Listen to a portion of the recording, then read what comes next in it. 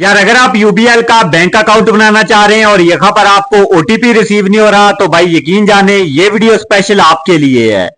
इस वीडियो में मैं आपको दो सेटिंग बताऊंगा जो आपने अपने मोबाइल में कर लेनी है और ये सेटिंग करने के बाद इंशाल्लाह चंद सेकंड में ही आपको ओटीपी रिसीव हो जाएगा, इसलिए आपने इस वीडियो को कंप्लीट देख लेना है। तो यार आपने करना यह है कि आपने अपने मोबाइल में सेटिंग को ओपन कर लेना है और इसको आपने थोड़ा स्क्रॉल डाउन करना है। तो यहां पर आपको एक ऑप्शन मिलेगा ऐप मैनेजमेंट का, आपने इस पे क्लिक कर देना है और यहां पर आपको फर्स्ट ऑप्शन मिलेगा ऐप लिस्ट पे, आपने इस पे क्लिक करना है। अब यहां पर आपने यूबीएल डिजिटल ऐप को फाइंड कर लेना है। इसको आप स्क्रॉल डाउन करके भी फाइंड कर सकते हैं। ऊपर आपको सर्च का ऑप्शन मिलता है, यहां पर आप डायरेक्ट लिख के भी इसको सर्च कर सकते हैं। तो यहाँ पर आपने यूबीएल डिजिटल ऐप पे क्लिक करना है और यहाँ पर आपको सेकंड ऑप्शन मिलेगा परमिशन का, आपने इस पे क्लिक कर देना है।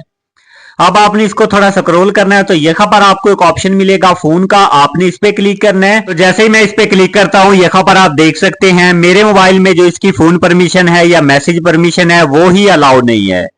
तो देखें यार, जब हमारी यूबीएल डिजिटल ऐप में फोन परमिशन या मैसेज परमिशन ही अलाउ नहीं है तो हमें ओटीपी कोड कभी भी रिसीव नहीं हो सकता। तो आपने इस परमिशन को अलाउ कर देना है और इसके बाद आपने बैक आना है और यहाँ पर आपको एक और ऑप्शन मिलेगा नोटिफिकेशन का, आपने इस पे क्लिक करना है और यहाँ पर आप देख सकते हैं मेरे मोबाइल में नोटिफिकेशन भी अलाउ नहीं है। इसी तरह जब हमारे मोबाइल में नोटिफिकेशन की जो परमिशन है वो ही अलाउ नहीं है तो हमें ओटीपी कोड या कॉल कभी भी रिसीव नहीं हो सकती। तो यार ये दो सेटिंग आपने अपने मोबाइल में कर लेनी है और ये सेटिंग करने के बाद इंशाल्लाह चंद सेकंड में ही आपको ओटीपी कोड रिसीव हो जाएगा। और अगर आपको किसी चीज की समझ नहीं आई या आपको कोई भी मसला आ रहा है तो भाई आप कमेंट बॉक्स में पूछ सकते हैं।